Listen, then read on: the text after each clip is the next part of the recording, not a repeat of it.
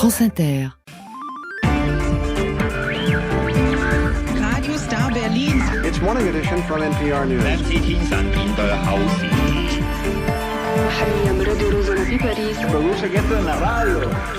France Inter, le 18-20.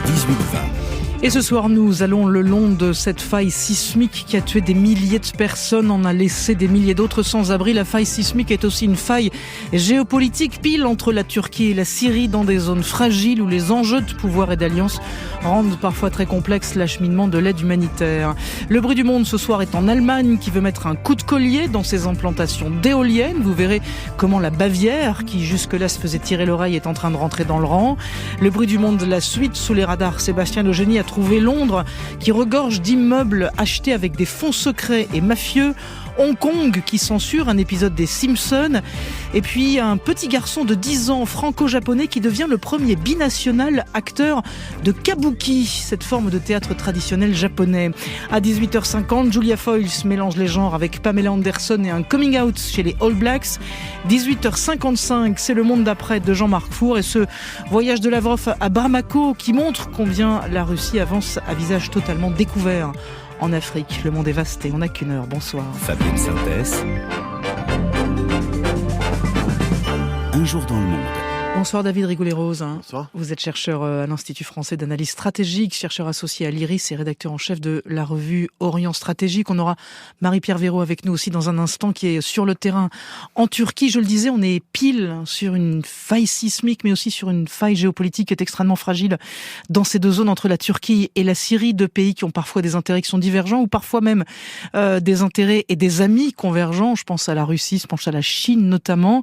Il y a au milieu l'Union européenne. Il y a même l'Ukraine qui va envoyer quelques hommes en vue d'aider au moins la Turquie. Est-ce que, assez cyniquement, David Rigoulet-Rose, on se dit que même si toute aide est bonne à prendre, chacun envoie ses humanitaires pour marquer aussi son territoire ?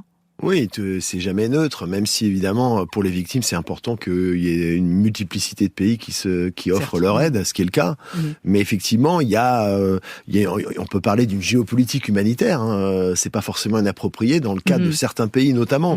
Alors c'est pas le cas spécialement de l'Union européenne parce que ça fait partie de l'ADN de l'Union européenne. Mais vous avez mentionné des pays comme à la fois l'Ukraine, la Russie, et on voit que évidemment il y a des positionnements géopolitiques qui, comme vous le disiez, recoupent des failles effectivement géologiques, ce qui est assez singulier. La Russie, par exemple, qui parle à la Turquie dans le conflit ukrainien, ce sont les deux seuls pays qui se parlent en ce moment, mais la Turquie est aussi membre de l'OTAN, sachant que la Russie est en délicatesse avec l'OTAN.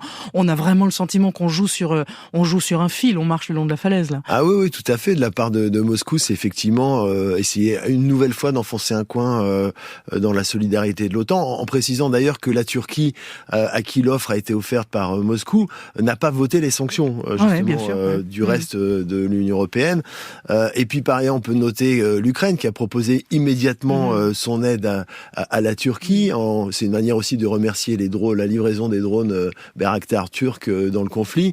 Et elle n'a pas donné son aide à la Syrie. C'est ce que j'allais vous dire, on verra aussi cette ligne de séparation-là entre ceux qui aident l'un mais pas l'autre, en tout cas ouvertement. Et là, c'est très net, puisqu'effectivement, il faut rappeler que la Syrie est un des 4 pays qui ont voté contre la condamnation de l'invasion de l'Ukraine en mars 2022. Donc, évidemment, tout ça ne doit pas forcément ne doit rien au hasard. Alors, c'est intéressant parce que à la fois, vous le disiez, effectivement, chacun marque son territoire et on voit où sont les alliances, mais on se dit, c'est un côté très cynique, mais que c'est un instrument de soft power, en fait, là, en ce moment, d'envoyer de l'humanitaire. Oui, c'est un soft power. J'insistais sur le rôle de l'Union européenne, parce que l'Union européenne est le premier bailleur de fonds humanitaire dans le monde. Donc, c'est son rôle affiché. Si elle ne le faisait pas, on ne le comprendrait pas. Voilà, c'est absolument. Et puis de toute façon, ça fait partie du logiciel européen. En revanche, les autres pays qui se manifestent, évidemment, il peut y avoir derrière l'aide humanitaire un certain nombre de calculs géopolitiques qui sont pas forcément anodins, effectivement. C'est intéressant parce que alors l'ampleur des séismes est tellement différente, c'est difficile de faire une comparaison, mais il y a une dizaine d'années, lors d'un précédent séisme qui avait fait autour de 600 morts, donc on n'est vraiment pas dans les mêmes proportions, mais on se souvient très bien que la Turquie avait dit non merci. Ouais. Et c'est l'Iran qui avait apporté de l'aide, là c'était oui, mais pour le reste c'était on veut voir personne. Oui, alors qu'aujourd'hui c'est le président Erdogan a sollicité l'aide, ce qui est vrai que c'est assez inédit de ce point de vue-là, mais il faut se replacer aussi par rapport aux critiques qui avaient été formulées contre le président Erdogan, enfin contre Erdogan à l'époque, de la part de la population. Et là, il y a la perspective des élections en 2023. Il ne peut pas se permettre de donner l'impression que il ferme la porte à des aides qui seront toujours bienvenues pour les victimes du séisme. Et on y viendra dans un instant avec Marie-Pierre Véraud qui est juste là. Bonsoir Marie-Pierre. Bonsoir Fabienne. Bonsoir Marie-Pierre, vous êtes partie, vous, d'Istanbul. Où est-ce que vous êtes au moment où on se parle, Marie-Pierre, et surtout, à quoi ça ressemble cette traversée que vous êtes en train de faire? J'imagine que plus on s'approche de l'épicentre, plus on voit des paysages dévastés. Oui, alors là, je suis en fait sur la route de retour d'Antioche, mais c'est vrai que le trajet depuis la ville d'Adana, vous savez, c'est l'un des rares aéroports qui fonctionne encore dans le sud, ce trajet jusqu'à Antioche l'année dernière, c'était un peu comme une plongée dans la désolation et le désespoir. Pas d'électricité, bien sûr. Les routes sont plongées dans le noir, l'obscurité est profonde, le bitume est disloqué. Et plus on avance vers le sud, vers cette ville d'Antioche, plus on aperçoit d'immeubles effondrés qui se sont écrasés jusque sur la route, des lueurs de brasero ici et là, il fait un froid glacial et les gens se réchauffent comme ils peuvent. Dans la nuit, on ne se rend pas bien compte, mais quand le jour s'est levé ce matin, c'était une vision apocalyptique, hein. Rien n'est debout. De grands immeubles ont été balayés comme des fétus de paille, des voitures aplaties. On marche sur le toit de maisons aplaties elles aussi. Et puis alors, en arrivant à Antioche, dans la matinée, eh bien, l'ampleur des destructions était encore plus violente. Antioche, Marie-Pierre, dont on dit que c'était une ville magnifique, qui aujourd'hui est vraiment réduite à néant. Ah oui, elle est quasi entièrement détruite. Et ce n'est pas un quartier, c'est toute la ville qui semble avoir été mise à bas. Elle n'est que monceau de gravats, les immeubles, qu'ils soient d'ailleurs restants ou anciens. Les églises ont été dévastées, des mosquées que j'ai vues dans le minaret ont été sectionnées, les synagogues à terre. Car Antioche, vous savez, c'était une ville multiconfessionnelle. Mais aujourd'hui, elle n'est plus que douleur et colère. Alors, il y a le désespoir de ces habitants qui entendent des voix sous les décombres, mais qui ne peuvent soulever les énormes blocs de béton. Ils n'ont pas de tronçonneuse pour les sectionner. J'ai vu beaucoup de larmes aussi de gens qui ont perdu leurs parents, leurs enfants, et qui restent là à gare devant les ruines. Vous parlez de colère, Marie-Pierre, mais est-ce que ça veut dire qu'on voit doucement les secours s'organiser, ou est-ce que vous avez le sentiment qu'on est encore dans le système D pour essayer de sortir à main nue les rescapés des décombres? Écoutez, alors oui, maintenant les secours arrivent. En tout cas, ils sont en route, mais cette nuit et ce matin, les gens étaient seuls, livrés à eux-mêmes, désespérés d'entendre des voix sous les décombres et de ne pas pouvoir porter secours à leurs proches. Ils tentaient de les dégager à main nue, en effet, ou avec parfois une pauvre pelle ou une pioche, mais bien sûr, c'est impossible. Alors, il y a cette immense tristesse, mais il y avait aussi de la colère. Où est l'État, demandent de nombreux habitants d'Antioche. Ils se sentent abandonnés. C'est comme si l'on n'existait pas, m'a dit l'un d'eux. Et on sait, alors c'est compliqué de faire de la politique trop vite sur une catastrophe de cette ampleur-là, mais la Turquie est dans un moment politique qui est important, et la Turquie et ses dirigeants feront aussi, Marie-Pierre, de la politique rapidement. Cette colère, elle est dirigée contre qui ? Écoutez, les gens disent l'État est absent, mais en fait, bien sûr, cela veut dire le président Erdogan. Certains nous l'ont même dit. Ils ont demandé où est Erdogan. Un habitant m'a dit qu'il avait décidé de ne plus payer d'impôts parce que l'État était absent au moment où il avait le plus besoin de lui. Est-ce qu'on entend dire, Marie-Pierre, après je vous laisse, c'est promis, est-ce qu'on entend dire que tout s'est effondré comme un château de cartes alors que on est dans une zone sismique? On a promis à ses habitants de construire des immeubles dans les meilleures conditions du monde, donc selon des normes antisismiques. Est-ce que déjà c'est quelque chose qui monte et qui montera et qui ramènera aussi cette colère dont vous parliez tout à l'heure? Écoutez, c'est possible. On sait qu'il y a eu une frénésie de construction. Ces 20 dernières années, les immeubles ont poussé comme des champignons. On sait aussi qu'il y a eu de nombreux scandales de corruption de proches du parti au pouvoir dans le BTP, parce qu'il y a des normes sismiques. Et la Turquie a d'excellents sismologues, d'ailleurs. C'est un pays qui est extrêmement fragile. Vous savez qu'on attend toujours le grand tremblement de terre qui se rapproche d'Istanbul. Et celui-là est, pour certains, un avertissement le long de cette faille. Alors, il y a effectivement ces normes, mais bon, d'évidence, elles n'ont pas été respectées au vu des dégâts de ces milliers d'immeubles effondrés, dont beaucoup d'immeubles récents. Et cette nuit, par exemple, il y avait des volontaires qui tentaient de sortir une dame qui tenait son bébé mort dans les bras, mais elle était vivante, elle était dans les décombres. Et il me disait, mais je ne comprends pas, cet immeuble n'a pas 5 ans et il s'est effondré.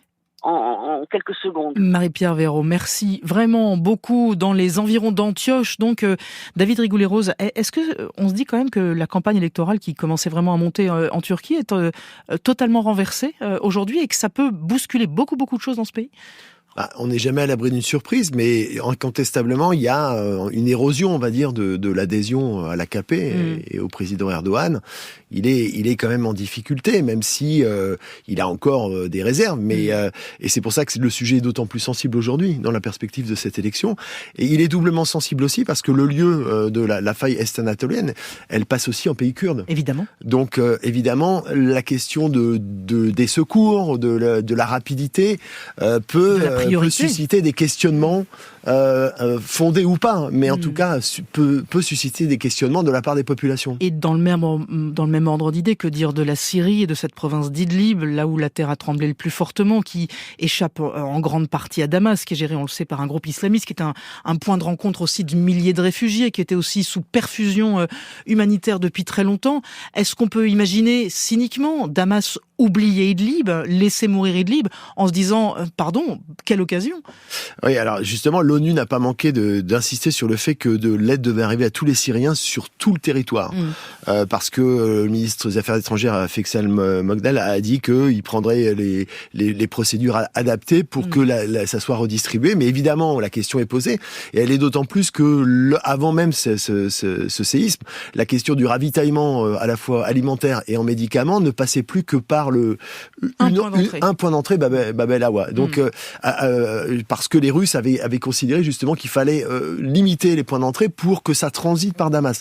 Donc la question va se poser évidemment pour la région d'Idlib et d'Alep d'ailleurs aussi, puisque on évoquait les constructions, beaucoup d'immeubles se sont effondrés aussi parce qu'ils ont été fragilisés par les bombardements durant la guerre. Et Alep qui a été effectivement quasiment détruite. Vous parliez de Kurdes tout à l'heure, il y a des zones kurdes qui sont tout au nord d'Alep et qui probablement seront, enfin on ne sait pas si ce seront les derniers servis ou pas.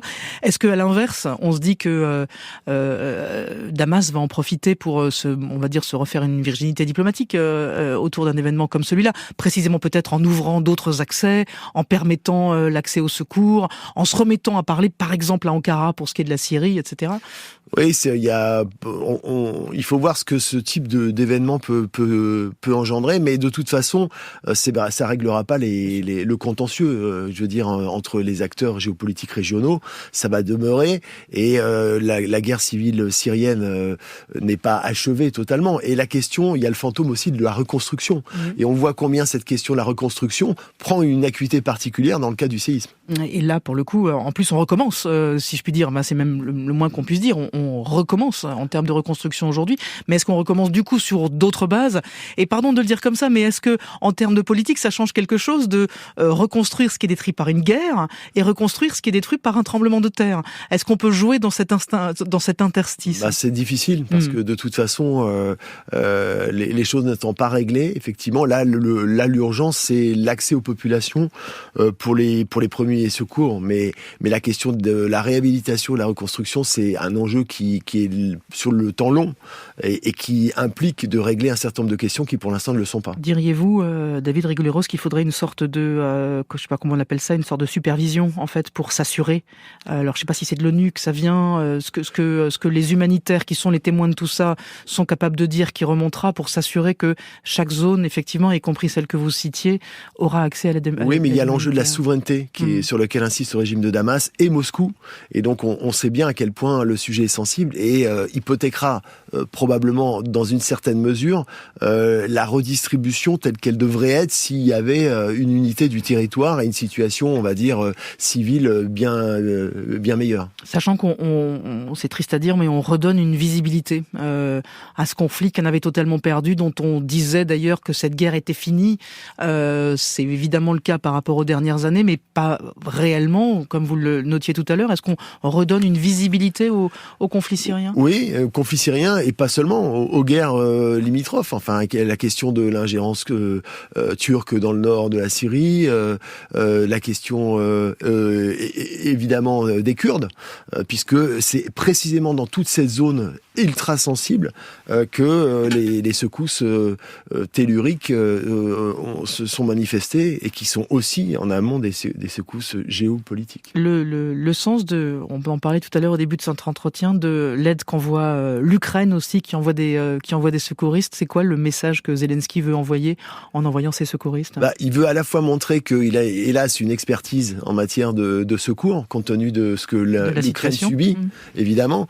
Et puis, c'est un message clairement destiné à arrimer, on va dire, la Turquie du côté occidental pour éviter qu'elle succombe aux sirènes moscovites, justement, dans le cadre de cette répartition géopolitique régionale. Ce qui va être assez étonnant à voir, c'est qui se croise et ne se croise pas, y compris parmi les humanitaires. Vous parliez des Ukrainiens à l'instant, mais on sait qu'il y a des Russes qui sont là également, et on imagine bien aussi que il y aura une espèce de jeu de quelles équipes croisent quelles équipes, qui travaille avec qui, y compris pour ce qui est d'aller chercher les blessés. Oui, il y a un cas assez singulier, c'est le cas d'Israël qui a proposé son aide aux deux pays. Alors c'est le signe aussi d'un rapprochement avec la Turquie, une aide qui a été évidemment déclinée par la Syrie, mais ça montre le paradoxe des situations actuelles. À la fois passionnant, un brin cynique évidemment, mais peut-être effectivement, vous le disiez, que au moins les yeux sont revenus sur cette partie du monde et notamment la Syrie. David Rigoulet-Rose, merci beaucoup de votre passage chez nous, merci. Le 18-20, Fabienne Synthèse sur France Inter. La suite ce soir, c'est le bruit du monde. Ça se passe en Allemagne avec une accélération de l'implantation des éoliennes qui pousse la Bavière à aller 2 fois plus vite parce qu'elle est en retard. Et c'est Sébastien Baer qui nous racontera tout ça. La troupe qui nous emmène jusqu'à 19h commence avec vous, Sébastien Logénie. Le Royaume-Uni, sous les radars, décidément, je suis impatient. Le Royaume-Uni reste un paradis immobilier pour les oligarques. Plus de 50 000 résidences détenues dans des conditions très opaques, on le verra. Julia Foyce qui mélange les genres, a vu le docu sur Pamela Anderson sur Netflix. Et puis Le Monde d'après, c'est vous, Jean-Marc Faure. Bonsoir à tous. Le chef de la diplomatie russe, Sergueï Lavrov, est aujourd'hui à Bamako, au Mali. La Russie avance désormais à visage découvert en Afrique. Allez, à tout de suite, tout le monde. Le tour de la planète continue. Il passe par la Grande-Bretagne avec This Mortal Coil qui reprend Song to the Sirens, une chanson des années 70 de Tim Buckley. On the floating shipless oceans, I did all my best to smile to your singing eyes and fingers drew me laughing to your eyes, and you sang, said to me, let me unfold you. Here I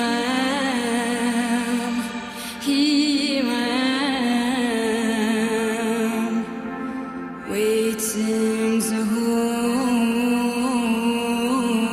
you. Did I dream? You dreamed about me. Were you here when I was for sale? Now my foolish boat is leaning, broken love long on your rock.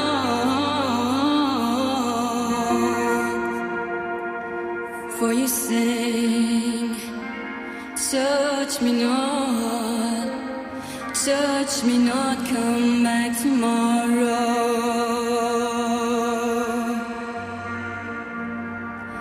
Oh my heart shines from the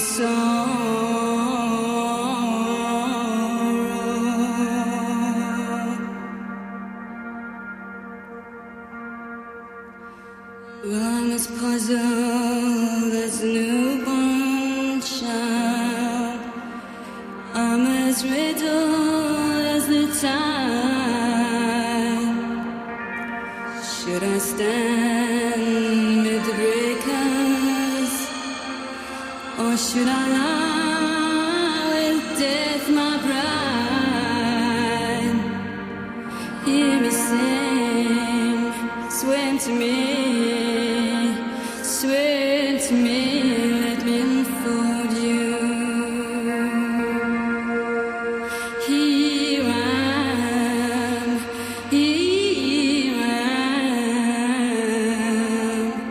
waiting to hold you.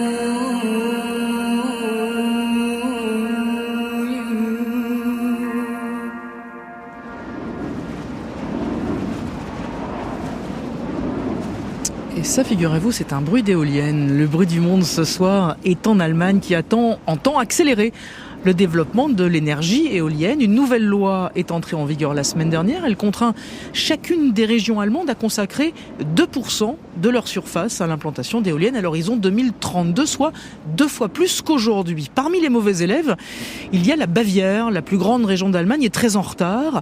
La faute notamment à une réglementation très contraignante et à des réticences locales qui ont freiné le développement de l'éolien. Mais la crise énergétique est en train de faire bouger les choses. Et le reste, c'est Sébastien Baer qui raconte.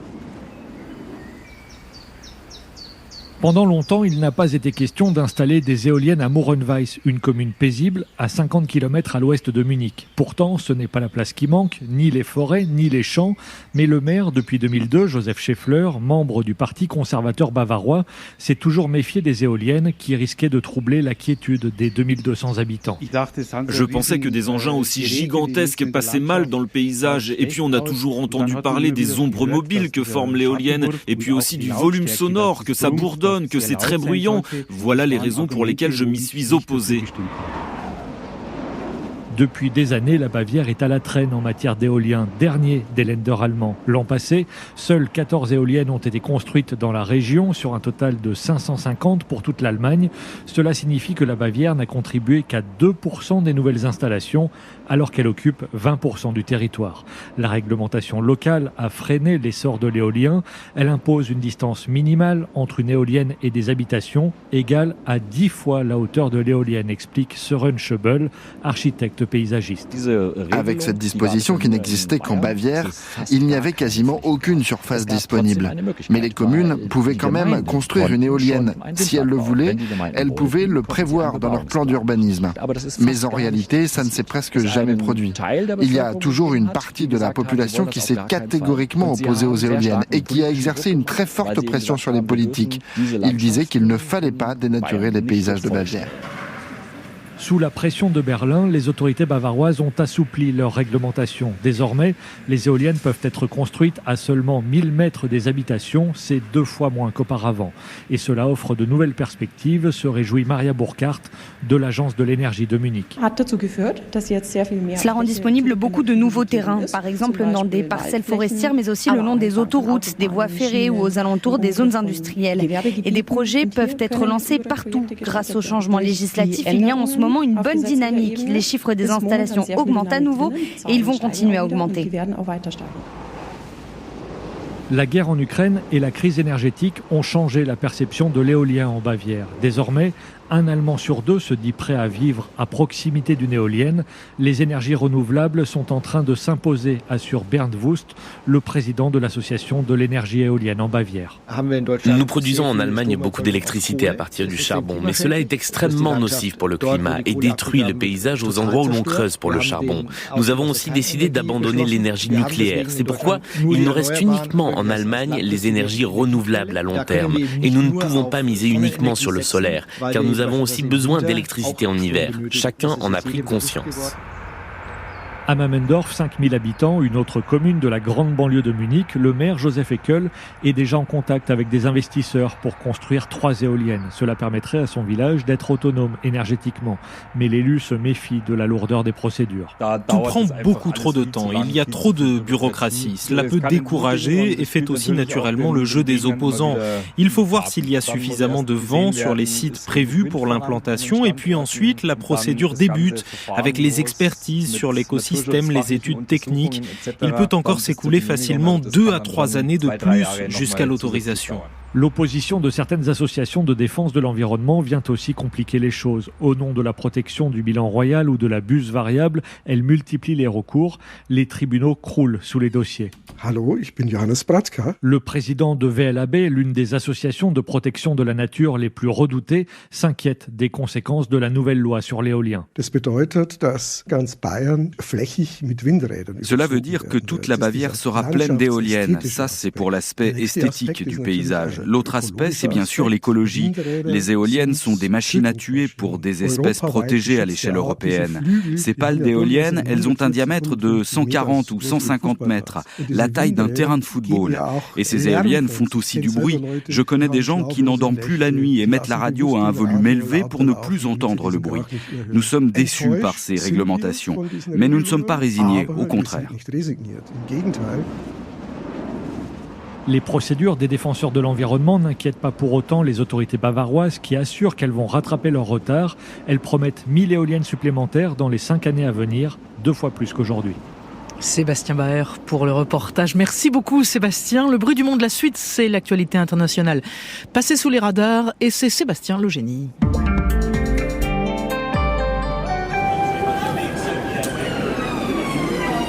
Et Sébastien, nous sommes à Londres, au Royaume-Uni, où les autorités peinent à lutter contre l'argent sale. Oui, c'est le dernier rapport de l'ONG Transparency International qui le dit. Près de 52 000 propriétés sont encore détenues de façon anonyme au Royaume-Uni, certaines par des kleptocrates, des oligarques. Et cela malgré l'entrée en vigueur de nouvelles règles les obligeant normalement à dévoiler leur identité. Au total, selon l'organisation, plus de 7,5 milliards d'euros de biens immobiliers britanniques ont été achetés avec des fonds suspects dont une majorité sont détenus via des sociétés offshore opaques, en particulier des propriétés de luxe dans les quartiers chics de Londres. Précision supplémentaire, plus de 20% de cette somme provient de Russie, notamment de personnes faisant l'objet de sanctions et proches du Kremlin. Property in the UK has for too long been used by the corrupt. On entend le responsable des enquêtes de l'ONG Transparency International expliquer que les biens immobiliers ont longtemps été un moyen pour les gens corrompus de placer leur argent au Royaume-Uni. Les nouvelles règles permettent de mieux identifier les propriétaires, mais il y a encore des failles. La transparence sur l'identité des vrais propriétaires est essentielle, dit-il, pour résoudre la question du rôle du Royaume-Uni en tant que plaque tournante mondiale de l'argent sale. Londres a été régulièrement accusé d'en faire trop peu, en effet, contre l'afflux d'argent douteux dans le pays. Le gouvernement britannique avait durci le ton dans la foulée de l'invasion russe, notamment en adoptant une loi pour obliger les propriétaires de biens immobiliers à se dévoiler, mais près de la moitié des entreprises tenues de déclarer leurs propriétaires ne l'ont pas fait. Elles ont soit complètement ignoré la loi, soit soumis des informations qui empêchent le public de savoir à qui elles appartiennent vraiment. Un nouvel épisode de censure à Hong Kong. Un épisode du dessin animé Les Simpsons est introuvable en effet depuis quelques jours sur Disney+ à Hong Kong. C'est le 2e épisode de la saison 34 pour être précis. Oh, look at him sleeping. He's like a little angel that killed 50 million. Le 2e épisode de la 34e saison du dessin animé américain comprend la réplique suivante: contempler les merveilles de la Chine, les mines de Bitcoin, les camps de travail forcés où les enfants fabriquent des smartphones et le romantisme. Pas question que la censure chinoise laisse passer cela, surtout depuis la reprise en main de Hong Kong depuis les manifestations de 2019 par Pékin. C'est la 2e fois en 3 ans que la version hongkongaise de Disney+ renonce à un épisode des Simpsons faisant la satire de la Chine. L'épisode précédemment censuré, montrait les Simpsons visitant la place Tiananmen à Pékin. Ils y trouvaient un panneau indiquant: sur ce site en 1989, rien ne s'est passé. À noter que pendant le même temps, les super-héros de Marvel, eux, ont fait leur grand retour aujourd'hui sur grand écran en Chine, après près de 4 ans d'absence, avec le film Black Panther beaucoup moins sensible. Allez, on termine au Japon avec une première dans le très traditionnel kabuki. Oui, car un enfant franco-japonais va devenir le premier acteur binational de kabuki de l'histoire de cet art vivant très particulier.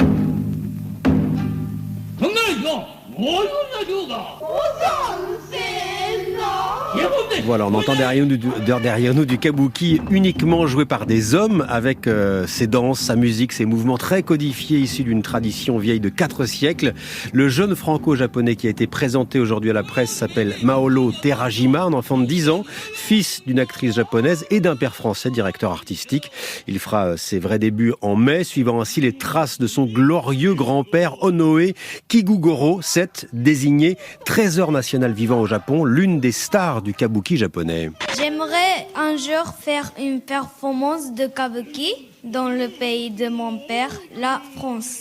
Je vous serais très reconnaissant de venir au théâtre de kabuki en mai. Voilà Merci beaucoup. Le petit Maolo qui parle très bien français, déjà apparu plusieurs fois sur scène depuis l'âge de 4 ans. On commence très tôt dans ce théâtre traditionnel. La performance qu'il donnera au mois de mai à Tokyo sonnera ses vrais débuts avec un nouveau nom de scène, Onoe Maolo. On lui souhaite bonne chance. Merci beaucoup Sébastien. Vous revenez demain, mais vous partez avec Jack White, If I Die Tomorrow. Ce serait dommage. Non ? On n'aime pas l'idée.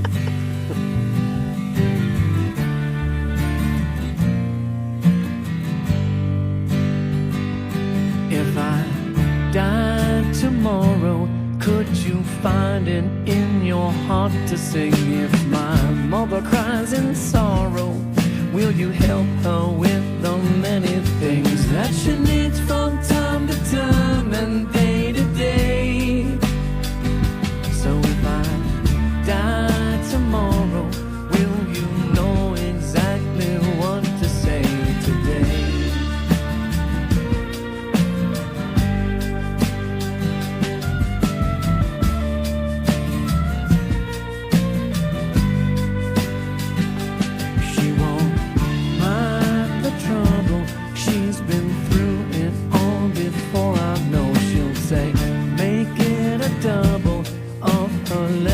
Drink, and before you know, she'll be laughing about the times and those old days.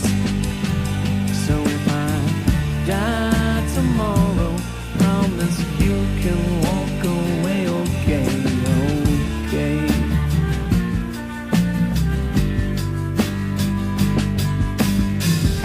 I hate to think about it, so it helps to shout it. If you could help me out, it would mean so much for my peace of mind. And her heart is careworn, and ever since I was a newborn, I've pushed aside this worry for the sake of my life.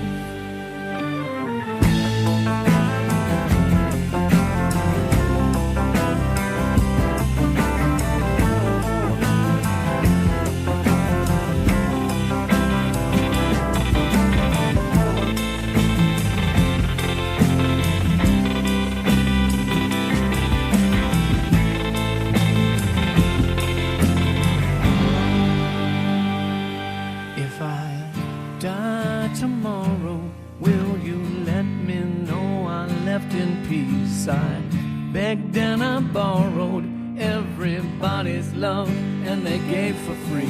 And I wish that I could give it back to them. So if I die tomorrow, will you give them all the love they lent to me? Jack White, If I Die Tomorrow sur France Inter et dans Un jour dans le monde. Mesdames, messieurs et autres genres, voici Julia Foyce. France Inter.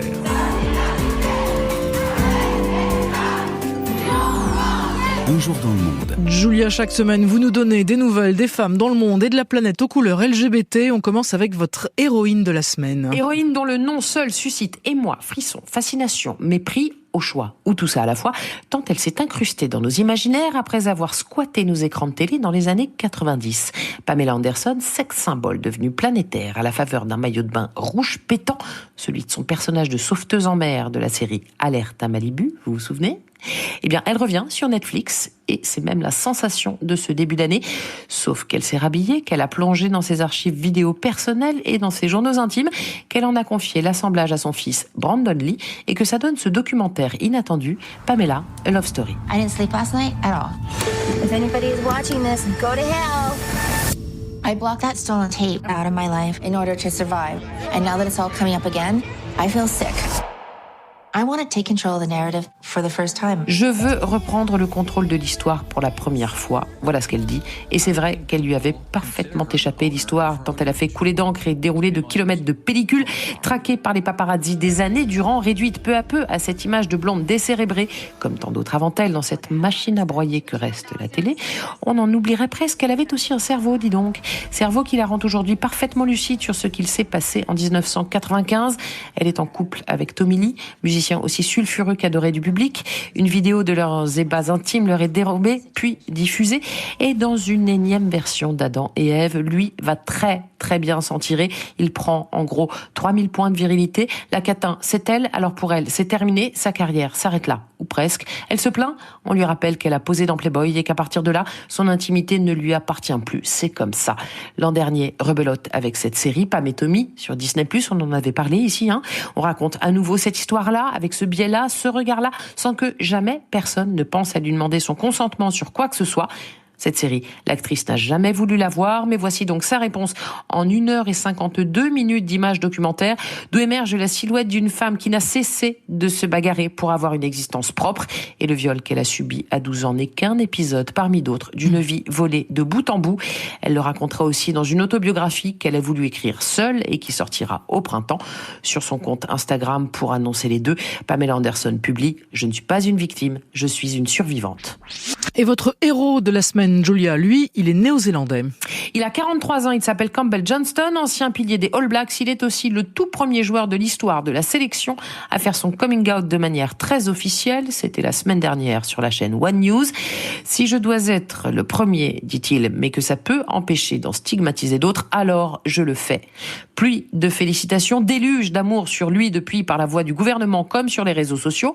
Le patron du rugby néo-zélandais, Mark Robinson, a reconnu quant à lui dans un communiqué que des gens n'ont pas toujours été à l'aise pour être qui ils sont dans le rugby. Ça s'appelle un euphémisme. Nous voulons être clairs, a-t-il poursuivi, peu importe qui vous aimez, le rugby est là pour vous. Alors je sais, ça peut paraître un peu lénifiant dit comme ça, mais il semblerait que le sport, vous savez, ce monde de bonhommes, de vrais Fabienne, finisse doucement mais sûrement par s'ouvrir un peu, car à peu près au même moment, la FIFA déclarait imprescriptibles les procédures disciplinaires engagées pour agression ou harcèlement sexuel. La prescription était jusque-là de 10 ans, mais après une série de scandales ayant entaché le foot dans le monde entier, la fédération se devait de réagir. C'est donc chose faite et désormais les victimes pourront aussi se constituer partie civile pendant toute la procédure. Des victimes qui, elles, continuent de prendre la parole et ne la lâcheront pas. MeToo atteint cette fois les salles de sport en Grande-Bretagne avec ce hashtag #JimWeirdo, traduction libre, le relou de la salle de gym, un mot-clé qui a cumulé jusqu'ici 2 millions de vues sur TikTok, c'est vous dire si ça fait écho. De fait, suivant les enquêtes, en Grande-Bretagne, les 2/3, voire les 3/4 des femmes ont déjà été harcelées pendant leur entraînement. On dit quoi, Fabienne? On arrête, on se met à la tartiflette, c'est ça? Eh ben, je suis un peu de doigt quand même. Julia Foyce, merci beaucoup, à mardi prochain. Fabienne Synthèse, le 18-20. Le monde d'après de Jean-Marc Four. Jean-Marc, le ministre russe des Affaires étrangères, est au Mali aujourd'hui. Cette visite de Sergueï Lavrov officialise l'implantation de Moscou dans un pays qui a rompu son alliance militaire avec la France. Et ce qui vous frappe, c'est que la Russie ne cache plus ses ambitions. Elle avance désormais à visage découvert en Afrique et c'est votre monde d'après. Bamako a mis les petits plats dans les grands aujourd'hui. Sergueï Lavrov a été accueilli quasiment comme un chef d'État dans la capitale malienne. Réception à la descente de l'avion, remise de décorations, conférence de presse, entretien avec le président Goïta, le chef de la junte. Cette visite au Mali de l'un des hommes forts du régime russe est sans précédent. Autant les dirigeants maliens ont été nombreux à se rendre à Moscou ces derniers mois, autant dans l'autre sens, il n'y avait rien eu de significatif. Si ce n'est bien sûr des livraisons d'armes et la présence avérée des hommes venus de Moscou, des instructeurs selon le Kremlin, en réalité des mercenaires de Wagner, près de 1500 hommes. Changement de logique. Désormais, la relation est affichée au grand jour. Pour le dire autrement, Moscou et Bamako assument que la Russie prend la place de la France. Nouveau partenaire militaire, nouvelle alliance économique et Sergueï Lavrov ne s'est pas fait prier cet après-midi pour montrer les muscles. Nous allons poursuivre notre soutien militaire en hommes, en armes et nous proposons notre aide à tous les pays de la région, du Sahel au golfe de Guinée. Au moins c'est clair, on ne pourra plus dire que Moscou avance masqué. Et ça vaut pas seulement pour le Mali, Jean-Marc, cette ambition russe vise l'ensemble de l'Afrique. Oui, et répétons-le, tout se déroule dorénavant à visage découvert. C'est le 3e voyage de Sergueï Lavrov sur le sol africain en 7 mois. Il y a 2 semaines, il était en Afrique du Sud, en Angola, en Érythrée et dans le petit royaume d'Eswatini. En juillet dernier, il était en Égypte, au Congo, en Ouganda, en Éthiopie. Il est annoncé prochainement en Mauritanie, au Maroc, en Tunisie et un sommet Russie-Afrique est annoncé pour l'été prochain. C'est une offensive diplomatique ostensible. L'acte 1, celui des éclaireurs, des mercenaires non reconnus officiellement et de la désinformation par les réseaux sociaux. Ce premier acte est posé, il continue, attention, mais place aussi à l'acte 2, la présence en bonne et due forme. Moscou a 3 objectifs. 1. Propager son raisonnement sur la guerre en Ukraine. La Russie se défend, elle était menacée par l'OTAN. Amis africains, n'écoutez pas les puissances néocoloniales de l'Occident. À minima, Moscou espère une neutralité politique des pays africains et globalement, à l'ONU, ça marche. 2. Contourner les sanctions économiques imposées par l'Occident et obtenir un accès aux ressources minières et énergétiques de l'Afrique. Enfin 3, décrocher quelques alliances militaires. Le Soudan envisage d'abriter une base russe sur la mer Rouge. L'Afrique du Sud va organiser dans 10 jours des manœuvres navales avec Moscou. Bref, là aussi, ça marche. Donc c'est un choix des pays africains concernés. En tout cas, de leurs dirigeants. Alors comment expliquer ce pouvoir de séduction de la Russie ? Moscou tire profit de l'héritage de l'ex-Union soviétique qui soutenait les anciens processus de décolonisation ou bien le mouvement anti-apartheid. La Russie est de loin le premier vendeur d'armes sur le continent, et vraiment de loin. Les régimes autoritaires en place dans plusieurs pays africains sont en phase avec le logiciel de l'homme fort à la Poutine. Et sur la guerre en Ukraine, les capitales africaines se méfient, elles y voient une guerre européenne, elles se tiennent à distance du combat de géants. Dans l'autre sens, la désaffection vis-à-vis de l'Occident, de la France surtout, ne se réduit pas à l'impact d'une désinformation russe au gros sabot. Il y a d'autres explications. L'incapacité de l'armée française à ramener la sécurité dans le Sahel, la persistance, malgré l'abandon des vieux réflexes de la France-Afrique, d'une certaine condescendance dans les discours officiels, l'incohérence de Paris face aux régimes autoritaires, dénonciation des putschs au Mali et au Burkina d'un côté, mais de l'autre côté, soutien aux potentats ou aux dynasties du Tchad, du Congo ou du Gabon. Or, aujourd'hui, l'heure est à l'autonomisation des pays africains. Ils manifestent la volonté légitime d'être des acteurs à part entière, de pouvoir choisir selon leurs intérêts du moment. Et d'ailleurs, c'est pour cette raison que la situation, à terme, peut aussi se retourner contre la Russie.